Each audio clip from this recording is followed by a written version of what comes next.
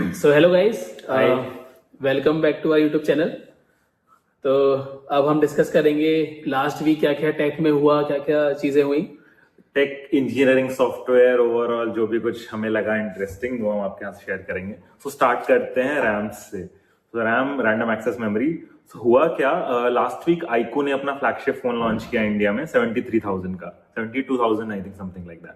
और वही phone last year 55,000 का लॉन्च हुआ था। तो एक साल में ये 12,000 रुपए कैसे बढ़ गए? तो आईकू के फाउंडर ने बोला, जो सीईओ है इंडिया के, कि सैमसंग ने अपने जो रैम के प्राइसेस हैं वो सितंबर से नवंबर के अराउंड 60% बढ़ा दिए हैं। तो ये सिर्फ सैमसंग का नहीं है, ये पूरा इंडस्ट्री वाइड फेनोमेना है।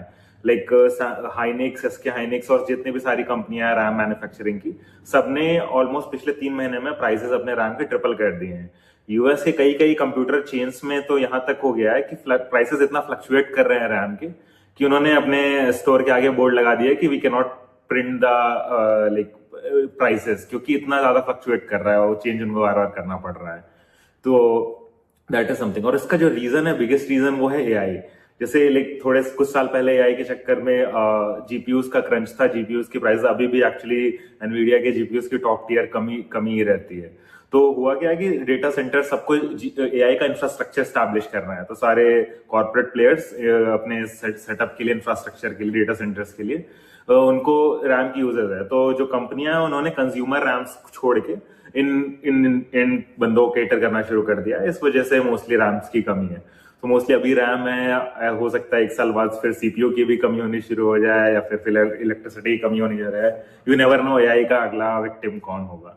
तो इससे फिर जो रैम वाली कंपनी जो बनाती है ये सब चीजें, उनके भी शेयर प्राइस बढ़े होंगे। यस, माइक्रॉन का देख रहे थे ना, माइक्रॉन का काफी शेयर बढ़ा हुआ है। तो अगला, हाँ, तो अगली खबर है एआई को इम्पैक्ट को लेके, कैसे लोग मिसयूज कर रहे हैं एआई को।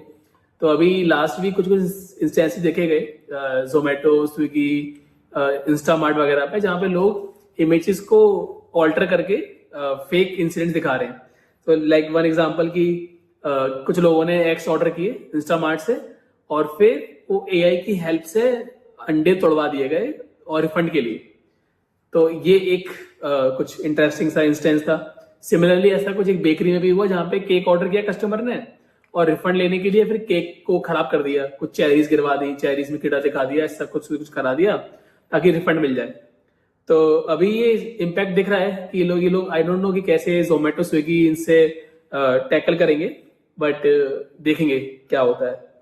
तो ओवरऑल इसमें जो लूजर है वो कस्टमर ही है एट द एंड, क्योंकि कस्टमर पे कंपनियां ट्रस्ट करना कम कर देंगे। वैसे ही कस्टमर सर्विस इनकी अच्छी नहीं थी इन सब कंपनियों की।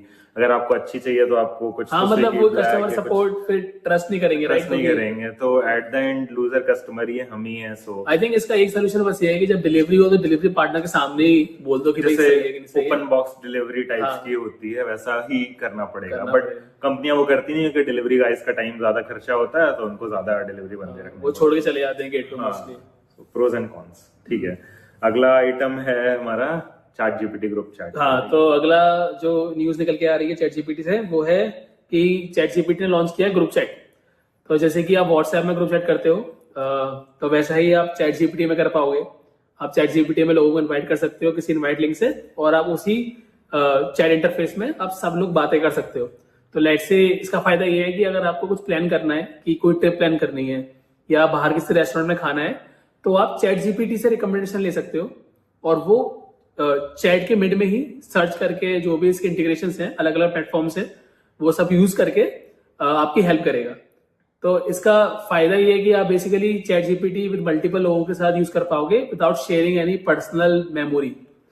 तो ये एक एडवांटेज है। सिमिलर हुआ जैसे मेटा, अभी क्या हम अपने चैट्स में, ग्रुप चैट्स में मेटा का AI@meta लिख के कर सकते हैं, तो व्हाट्सएप के सिमिलर ही हो गया। हाँ, बस इसमें ये है कि इसमें इंटीग्रेशन है लाइक वेब सर्च वाला।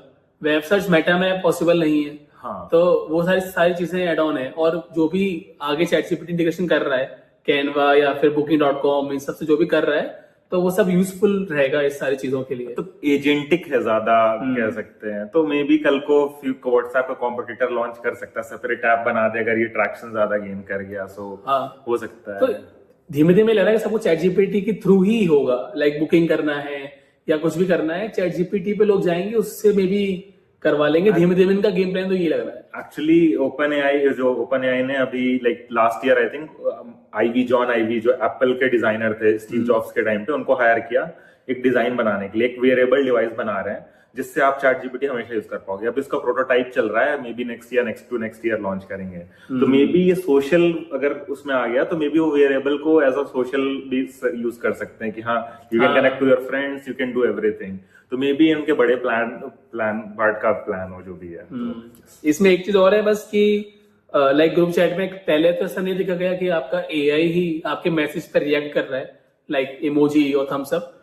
तो ये बोल रहे हैं कि चैट जीपीटी में जब आप बात करोगे तो जो चैट जीपीटी है एआई, वो आपका मैसेज समझ के उसको रिएक्ट करेगा तो इमोजी से। तो दैट वाज क्वाइट इंटरेस्टिंग। अगला सॉफ्टवेयर वर्ल्ड में ऐसा कोई हफ्ता होता नहीं है जिसमें सॉफ्टवेयर इंजीनियर ने कुछ ना कुछ गड़बड़ ना की हो। लास्ट वीक क्लाउडफ्लेयर था, इस वीक एयरबस के सॉफ्टवेयर इंजीनियर्स ने कुछ किया है। तो हुआ यह कि एयरबस के अराउंड 6000 प्लेन्स में ये इशू पाया गया है कि जब वो फ्लाई कर रहे होते हैं तो उनका जो कंप्यूटर जो फ्लाइट मैनेज करता है, वो अगर हाई रेडिएशन, सोलर रेडिएशन के उसमें लाइक चपेट में आ जाता है तो उसका डेटा करप्ट हो जाता है।